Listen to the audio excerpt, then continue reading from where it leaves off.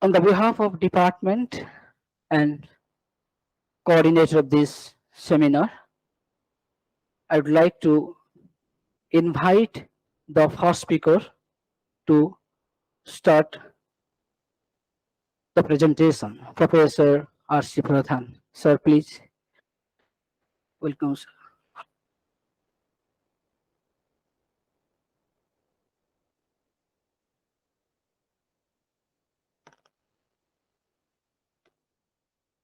Thank you, Dr. Behera, for your kind introduction. First of all, I must express my deep gratitude to Professor Mishra, Anand Mishra, and his colleagues in the department for having given me this opportunity to present some views on the philosophy of Advaita. It is a great privilege always to be in my alma mater, that is BHU and this department.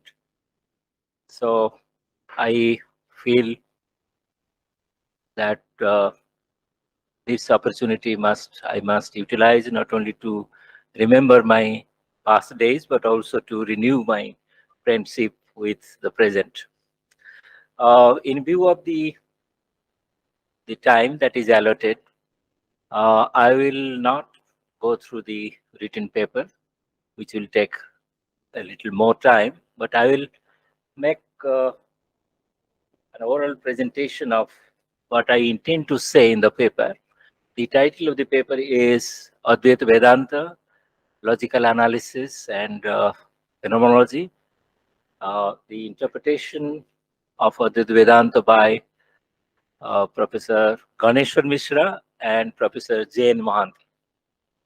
So Professor Ganeswar Mishra, who belongs to the Utkal School of Philosophy of Advaita, and Professor Jain Mohanty, who is an international scholar of philosopher of phenomenology. These two thinkers have really will engage my attention so far as their understanding of Advaita is concerned. First of all, let me clarify why I have chosen these two thinkers.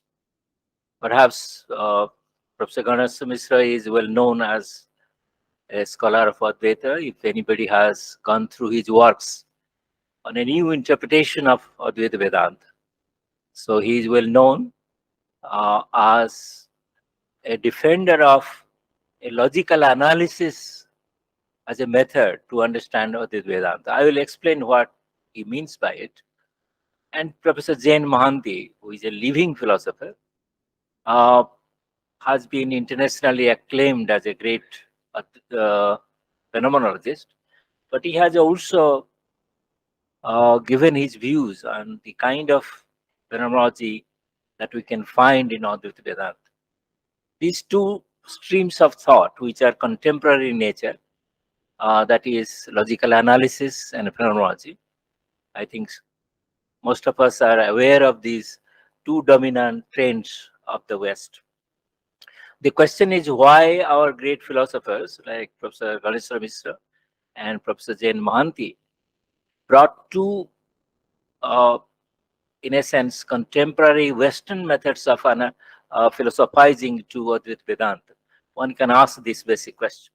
What was the need for Advaita Vedanta to be interpreted in terms of logical linguistic analysis and in terms of phenomenological analysis?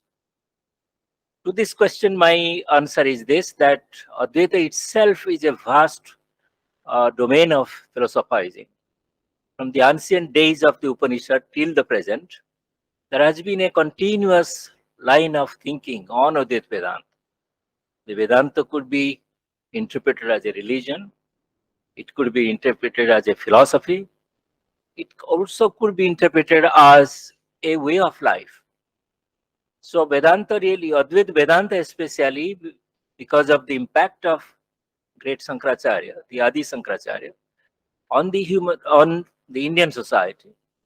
So that impact was so great that Indian religion itself got a new facelift. Hinduism was revived by him. That we must not forget. And through Advaita only he revived Hinduism. The Hinduism that we know is really the Advaitic Hinduism. There is no other Hinduism which the world knows which is not based on Advaita. So Shankaracharya really has given a philosophy, a way of life, a religion, and also a cultural model. And perhaps that is what India is proud of. So if these two thinkers have brought two foreign, so-called foreign methods of thinking, perhaps that will be un-Advaitic, because Advaita believes in unity and it believes in oneness of mankind. Not only mankind, it unity of the entire cosmos. If that is so, what is foreign about logical analysis, or what could be foreign about phenomenology? Both these trends, though they have been practiced by the Westerners, but they are very much congenial to our understanding of Advaita. Let me uh, uh, take you to Mishra's, Professor Ganeswar Mishra's uh, approach to Advaita Vedanta. Perhaps that will be the way of not only remembering Professor Mishra, but also to know why he did it and what was the impact uh, on our way of understanding Advaita. The first point which Professor Mishra has emphasized is that Advaita is not a mere religious practice. There is a great philosophy about it. Therefore, the first point that he emphasized was that let us not treat Advaita as a religious practice or religion. Let us look at its philosophical foundations. That's why he said if we talk about the philosophical foundations of Advaita, it must be logical in nature. There must be a great logic behind the Advaita way of thinking. In spite of the criticism by the Visishta Dvaitins and the Dvaitins, Shankara's philosophy has never really lost its charm and its greatness, precisely because it has logic behind it.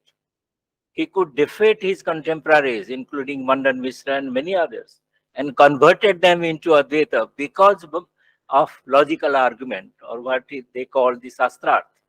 So that way, perhaps, we must search for the logic of Advaita. What is the logical foundation of Advaita? That's why he emphasizes the logico-linguistic analysis of Advaita.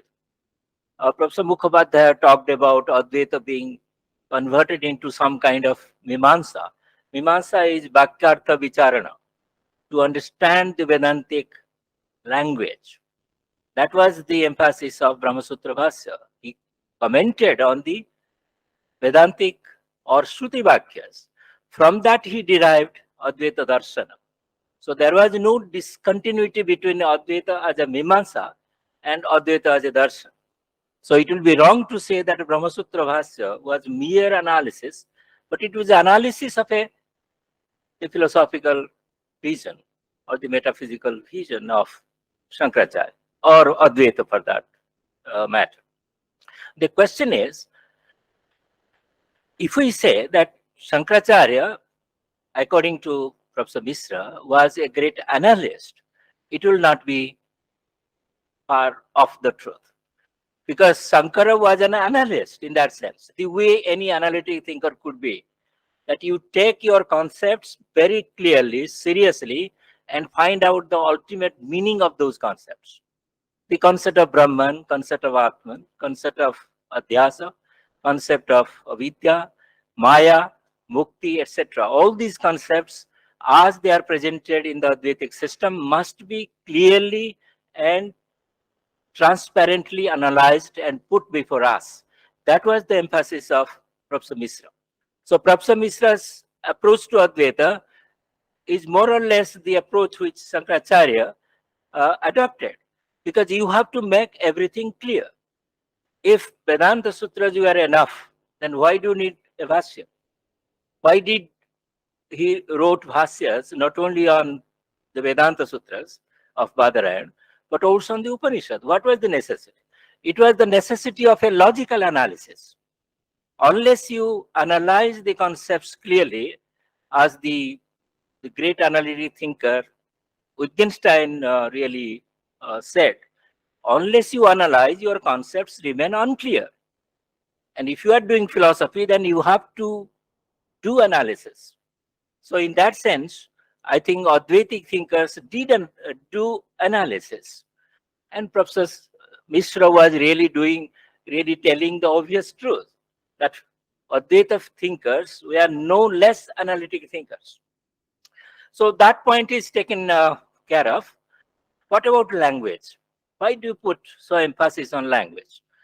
Analytic thinkers, right from Frege, Russell, Wittgenstein, and later on the great thinkers which have come after Wittgenstein, all have emphasized on the importance of understanding the language in which you are speaking. If the analytic thinkers in the West were more concerned with the language of science, the language of the empirical sciences, that was their motto because they were more inspired by science. Let us look at how an Advaita thinker like Sankara or the post-Sankara thinkers would have taken language seriously. Professor Mishra's emphasis was that Advaita also takes language seriously. That's why Shruti Vakyas are important. Shruti is the great storehouse of our knowledge, that is Vedas, of which Upanishad is a part. Then the sentences which have been uttered by the great rishis have to be analyzed. If somebody says Tattvamasi, then what is that great truth behind it? By mere repeating the language, Tattvamasi will not get illumination. You have to understand each word of it and why Tat and Tom must be the same. Why? That question, Professor Mishra says, is exactly addressed by Sankara and the other Advaitic thinkers. They are analyzing the concept. So here is the presence of language. A sentence has to be understood in the context of the language. Which language? It is not the language of science. It is the language of Vedanta. Vedantic sentences have to be analyzed. And Vedanta has a language. Just as every philosophical text will have a language, or every philosophical treatise will have a language. So Vedanta as a system has a language, and this has to be understood. If you want to really highlight more about why language has to be understood, then the pramana, sabda pramana has to be taken as the primary instrument of knowledge in Vedanta. Vedanta doesn't give much credence to, say, Prataksha and Anumana, precisely because it is not the job of a Vedantian to understand the empirical nature of the world. Its emphasis is on how to understand the ultimate source of everything, that is Brahman. If that is the case, then we have to really understand the Vedantic language as such. And that requires understanding the nature of language, the nature of Vedantic sentences. So you must be proficient in grammar, which Shankaracharya shows great proficiency in understanding the Sanskrit text. So in that sense, language comes into the focus. So in this sense, we can say that Shankaracharya was great, not only because he had a great Advaitic vision. In fact, without Shankara, perhaps Advaita would not have come into existence. But he also showed how to understand Vedanta. And that must be the way we must understand any philosophical text according to Professor Mishra. Let me come to some of the basic conclusions which Professor Mishra has found out by application of the logico-linguistic method of analysis of the Vedantic language. First of all, he says the very idea that Advaita is based on mystic intuition or some kind of religious revelation has to go, because that cannot be allowed by any logico-linguistic analysis of the Vedantic text. If we take language seriously and logic seriously, then we cannot really allow for the idea that Advaita, a great logical system of thought, could have been derived from some kind of revelation of a mystic kind. parts of revelation one can really talk about. There is a great debate whether there is place of revelation in Advaita Vedanta or not, or there is only reason there. Of course, there are supporters of revelation, but what sort of a revelation it could be? It may be a revelation in the sense that by understanding the logic of the language of Vedanta, we can get illumination. If that is revelation, then well and good, revelation is there, but it is rational analysis that is important. So, Advaita must be a rationalistic school of thought. It cannot depend on mystic intuitions alone, though mystic intuition is not ruled out for even a logical thinker. So, this is the first result of Professor Mishra's analysis, application of the linguistic method or of analysis to Advaita Vedanta. The second conclusion that he comes is that the idea of Maya, which has been so popularly uh, so popular and yet so misunderstood a concept. Maya has been elevated to the status of a goddess or status of a magical power. Maya is taken to be the creator of the universe, and all sorts of stories have been uh, perhaps in the Puranic influence of Puranas, we take Maya to be some kind of a Shakti which Brahman needs to to create the world. Professor Mishra says none of this is congenial to the logical understanding of Advaita.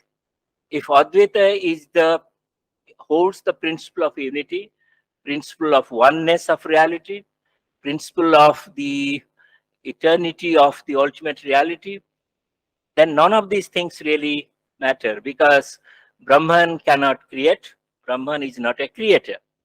If you allow personification of Brahman, then you are doing non-Advaita, not Advaita. Advaita Brahman is, they call it Niskriya and they call it Nirakara. Yes, all right. There is nothing for Brahman to do, accepting the fact that Brahman is the ultimate reality, ultimate ground of everything. So why the question of the world being created by God? So I think Advaita, as we understand it, rejects the creation theory. This even Gaudapada also accepts theory of Ajati, the theory of non-origination of the universe. Universe was not created by any person or by God in any case. So in that case, Advaita cannot be taken to be another theory of creation. Maybe Dvaitins will be happy to have a theory of creation because God is a person. But Advaita doesn't accept Brahman as a person. Brahman, though Saguna Brahman is accepted, according to Mishra, that is for the popular sentiment.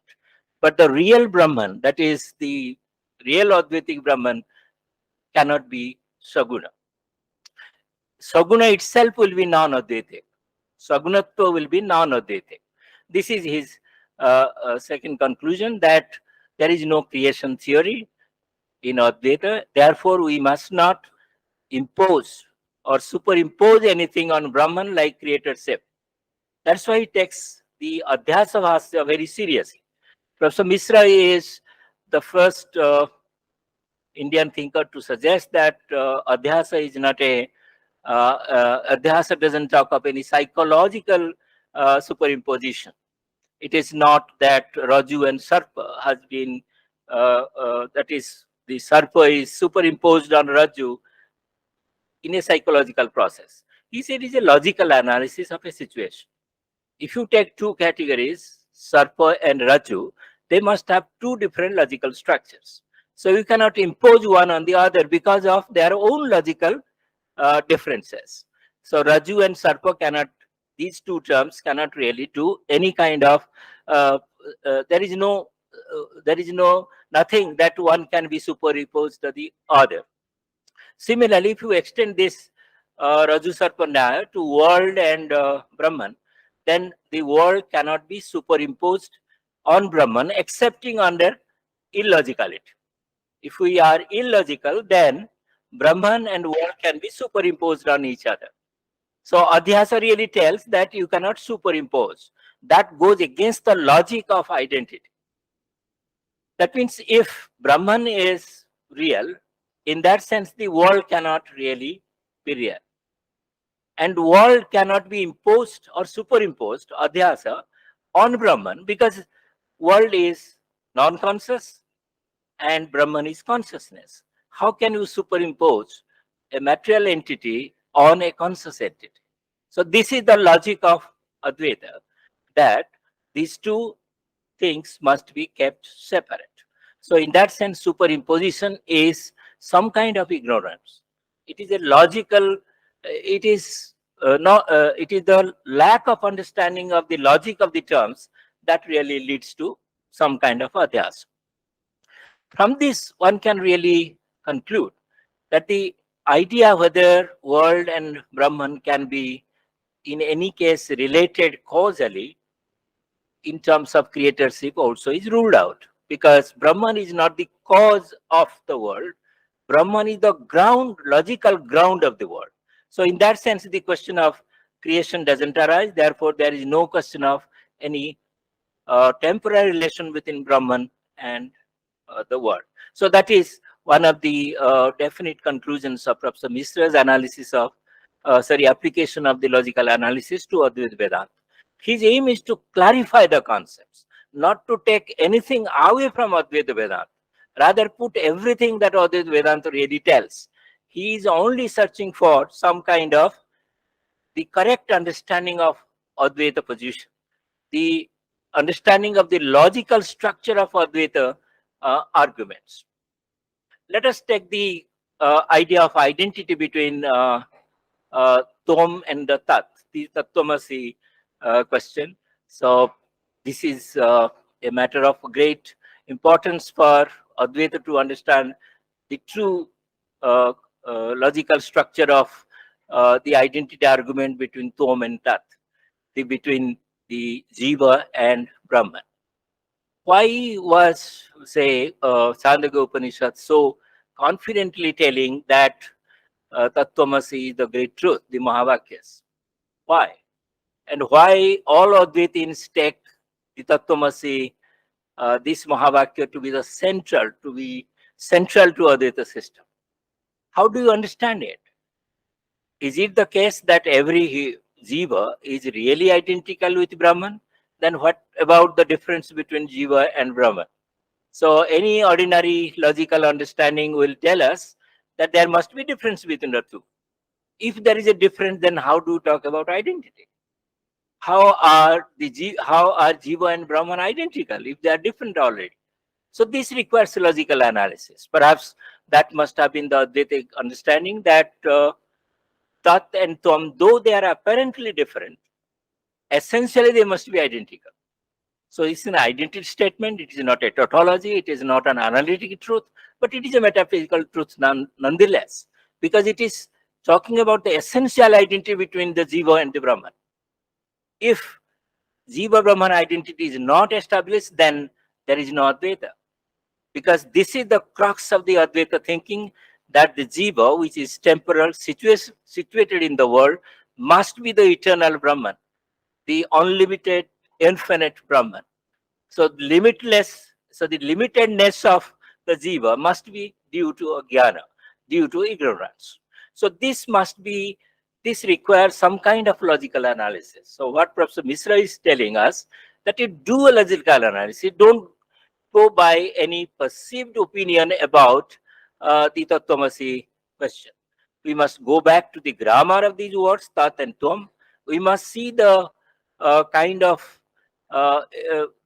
identity that has to be removed, has to be established, and the difference has to be removed. So this is the famous Jahad Ajahada Lakshana, though I do not understand very much its logical structure. But anyway, the fact is that we must do logical analysis. This is one important observation by Professor Mishra, the interpretation of Advaita. Last, because the last is concept of mukti. The concept of moksha has been really much a misunderstood concept. We think we have videha mukti, we have sadeha mukti, we have jivan mukti, and we have Perhaps the negative will be ajivana mukti, maybe post-mortem mukti. So after death, what sort of mukti one can think of? Perhaps Advaita must not have been uh, so misguided as to tell us that there is mukti after death. That will be not the real import of mukti. So Professor Mishra tells us, as a logician, he is telling us, mukti must be something which is a liberation from one's own ego, liberation from one's little self. If that is the case, then everybody is out to get liberation here and now in this world. If we know what Advaita is, if we know Brahman and world are one, if we know Jiva and Brahman are one, if we really know it, and knowing is not textual knowledge, knowing is realization, pratyaksh, means that will be your absolutely immediate realization. You may call it some kind of illumination, not revelation. So in that case, perhaps we have to say that mukti is here and now open for everybody, whether he is ignorant, whether he is very great pandit, or he is a king, or he is a beggar. If anybody has understanding of Advaita, he gets mukti. That is the mukti from oneself, one's own little self, from ignorance, from one's really uh, uh, illogical way of thinking. If one gets liberation from this, if one understands the logic of Advaita, one becomes mukta. So mukti has been mystified by Professor Mishra. He says mukti is as general as knowledge itself is. Every kind of knowledge is a kind of liberation in that sense. And knowledge of Brahman will be the real liberation because that is the knowledge of the ultimate truth. If that is the case, then Professor Mishra thinks we must demystify Advaita, put it more logical terms, not necessarily secular terms, because secular and religious conflict doesn't arise really unless it is politically really raised. But the point is, if you understand logically Vedanta, then you will find a great system here which is evolved by the Indians from the days of the Vedas till now. The contemporary India is no less concerned with Advaita because, as somebody suggested, we are by default Advaitins. Indians are by default Advaitins. We cannot but think Advaita wise because it is so congenial to our thinking, so part of our philosophical DNA that we become Advaitin by, if not by choice, by default also. In that sense, Advaita is great, and that is re-emphasized by uh, uh, Professor Mishra. I think I will take 10 minutes because of the extended 5 minutes. Just let me tell Professor Mohanty, though I have not introduced so far, phenomenology is very congenial to Advaita Vedanta. There have been many Indian thinkers who think that phenomenology could be a better way of approaching Advaita because Advaita is also a philosophy of consciousness and phenomenology is also a philosophy of consciousness. Phenomenology also talks about pure consciousness, and Advaitins go ahead and say there is a really pure consciousness and that is Brahman. Though Western phenomenology may not understand what that Brahman will be, but they do understand that there is a level of consciousness which could uh, give us a unification of the whole reality. Because through consciousness, you can see the whole reality reconstructed. That is what Husserl was telling us, that through consciousness, you can reconstitute the meaning of the universe. So everything can be reconstituted if you understand consciousness. Advaita is exactly telling us, according to Jain Mohanty, that ultimate reality is consciousness. Consciousness is the absolute reality from which everything else can be derived. You can understand human existence through consciousness. You can understand the whole cosmic existence through consciousness. So in that sense, consciousness, if it's taken seriously, then you need not have to tell that the world is Maya in the sense of illusion. Where is the necessity of illusion of the world. The world is real, but philosophically you can really reconstruct it, because if you take consciousness as primary, then the world cannot be really primary reality. So the world has to be really dependent on consciousness. So you don't have to superimpose the reality, that is the world, on consciousness. In fact, the consciousness itself recreates the world, reconstitute. Creation will be a bit not a appropriate word. It can be reconstituted. So in that sense, the whole Advaita is a reconstruction from this side of consciousness. If you Brahman is ultimately real, as Professor Mohanty tells us, then everything else will fall in place. Human beings and the rest of the cosmos will also fall in place as belonging to the cosmic consciousness. So that consciousness is the primary reality. And if you understand it more and more, then you can also understand what man is, what the cosmos is. So these two ways of thinking, these two ways of understanding Advaita Vedanta, I think, are not foreign to the basic structure of Advaita Vedanta. Advaita Vedanta is so vast, so plastic, so open to new understanding, that both Professor Mishra and Professor Jain Mohanty could provide us some kind of insight into how to understand Advaita Vedanta in a new way, without losing anything of Advaita Vedanta. So there is no loss in Advaita Vedanta. The basic structure remains the same. But these are the ways one can understand. So if anybody can understand in a mystic way, well and good. If somebody can understand in any other way, well and good. But these two standpoints, which is definitely come from the contemporary sources, will be a great help if we really try to understand the basic structure of Advaita Vedanta. With these words, I thank my audience, and so thank Professor Bhatt, our chairperson, for giving this time. And if possible, if one or two questions can be taken. Okay, thank you very much.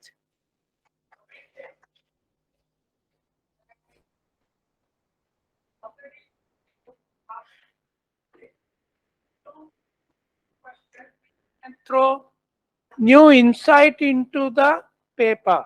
So please, if you do not know, then you can ask any naive question. Yeah, Professor but Sukla, Professor Sukla. Yeah, sure.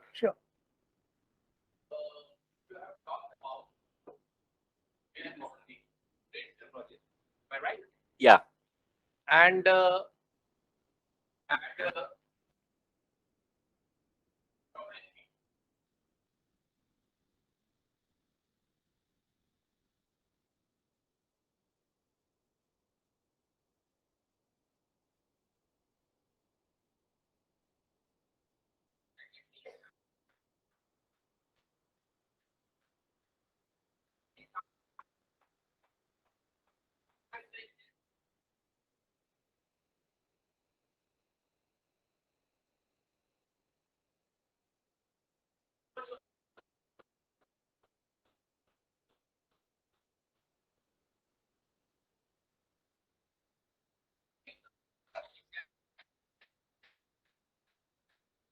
Yeah.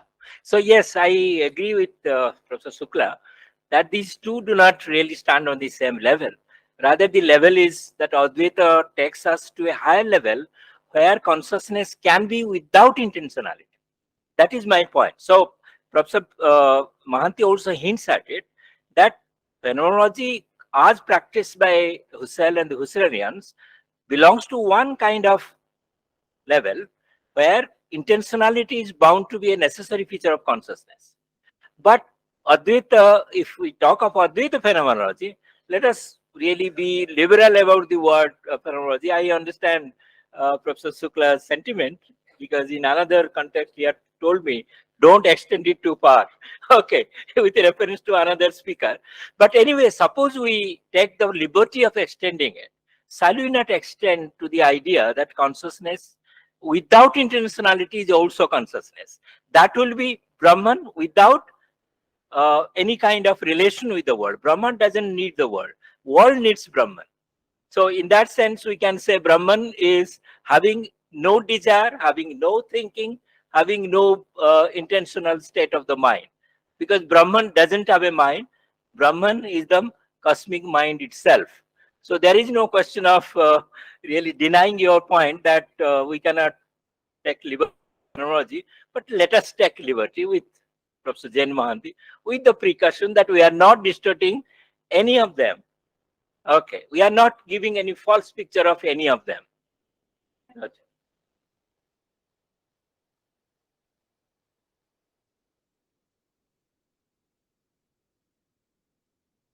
I want to point, first of all, that I'm not yet a student into the philosophy, but I'm studying and Hinduism and philosophy by my own. So I wanted to point that recently I had a kind of problem. I guess it's the misinterpretation of Advaita Vedanta in the present, because if we are watching at Advaita Vedanta, we are talking about non-duality.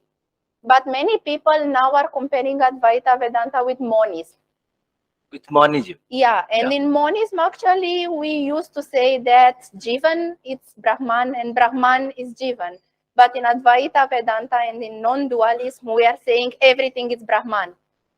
So this kind of, we can consider it as a misinterpretation, or... Yeah, in fact, see, instead of say monism, ekottvavad, monism will be ekotva, one. Instead of saying that, Advaitin say advayavad, advaita, not dvaita. So it is more negative connotation that it is not dvaita. So in a sense, both come to the same point that we ultimately accept only one reality, and that is Brahman or Sachidananda. Once you accept one reality, so the both monism and Advaitism converge. There is no misinterpretation in that sense. Misinterpretation could be due to some other reason. As I said, unless you understand the logical import of these sentences, like Tattvamasi or Aham Brahmasmi, you may be misled. This man, in his flesh and blood, is not Brahman. I am Brahman. If I realize the identity, the identity of me, the Atman, with my consciousness as being the one of the supreme consciousness. If I realize that, so no limited consciousness can be unlimited consciousness. That will be a contradiction in terms. First, we have to realize this limited consciousness is also unlimited in essence. So that will be an Advaitic way of thinking. Okay, thank you very much. Oh, there is one. Okay. Yeah, a great Advaitin is speaking. So, yeah.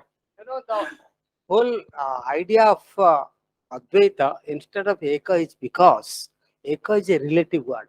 Oh, Ekam does not, like it is like father and mother, like Eka will work only when there is a two or anything. So Eka has another relative relation with Aneka. So that is not accepted. Therefore, Chandogya Upanishad itself says Ekam eva Advitiyam. So Ekam it is, but what type of Ekam? Yes. It is Advitiyam Ekam. Aditya. So that is the I think explanation. Ekam is not the word. Monism is not, cannot be taken as Advaita. It is only non-dualism in this sense. Okay, so I think his explanation to be taken as more authentic than the one I gave. So, yeah. So Advaita has been always used. Monism, Ekotva has been, I think I find it in Sri Aurobindo's text. One. Yeah, okay. That's okay. Yeah. Actually, sir, we have studied one typical method to understand Advaita, that is Adhyaropa of Vada.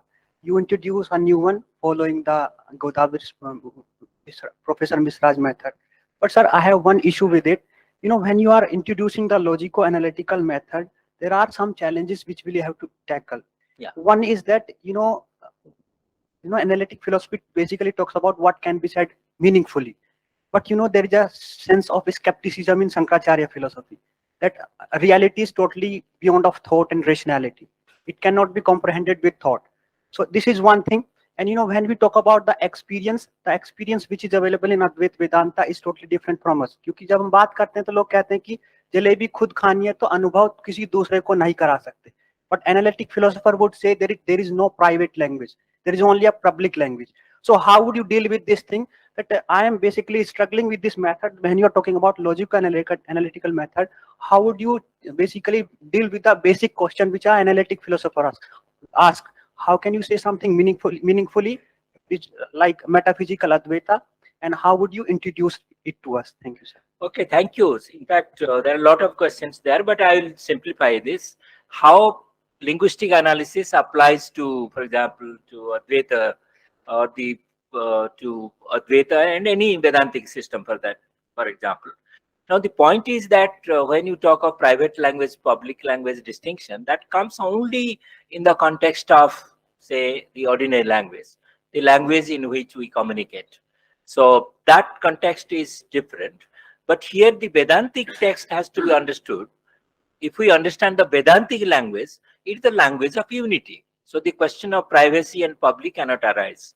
It's the language of unity, language of, say, Advaita, language of non-dualism. So all the Vedantic texts, including the Upanishad texts, talk about the supremacy of the ultimate reality, that is Brahman. So the question of privacy and publicness of language doesn't arise because these are decimated. These empirical questions between public and private language is decimated by the language of Advaita, because no Dvaita is accepted at any sense. Any difference is not tolerated because ultimately difference has to supersede the difference. See, unity has to supersede the difference. So in that sense, that question doesn't arise. Now, one point which I want to mention to you is that the way analytic thinkers take up their problems, as I said, their context is science. Their context is science. Anything that doesn't come within the purview of science, they keep it either unsayable, ineffable, or they are skeptical about it. But Advaita has a universal language in which the sayable and non-sayable both are part of the same universal language. Sometime you can tell what Brahman is if you are a realized soul, what Brahman is. Brahman Jnana is the ultimate aim of philosophy, not Moksha Shastra. It is not, Moksha is not the ultimate aim. Moksha is the result of our knowledge of Brahman. Knowledge of Brahman itself is Mukti. So Mukti is not a different thing. So this Advaita tells because of his unification of everything into one structure. That is, whether you talk of a cosmic unity or the super cosmic unity or the unity of consciousness, everywhere all these dualities are decimated. So it speaks the language of oneness or unity. So if that is so, then we need not contextualize analytic method always to the Western way of looking at language and reality. We have a different concept of language and a different concept of reality. That is Brahman. If Brahman is the reality, then the language that ordinarily we speak is not enough for it. We have to evolve a new language, in the sense, a Vedantic language. And that language is the language of the Upanishads. So that gives us what Brahman is, and that is the Brahman Jnana. Thank you. Thank you very much.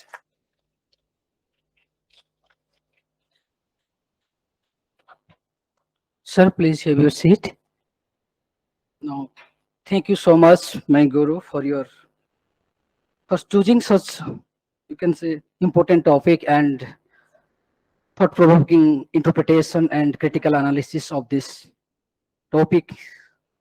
And as per my understanding, you have made triple triangles of mind, man, and God, like epistemological, metaphysical, and semantical. Thank you so much, sir. It's so useful for all of us.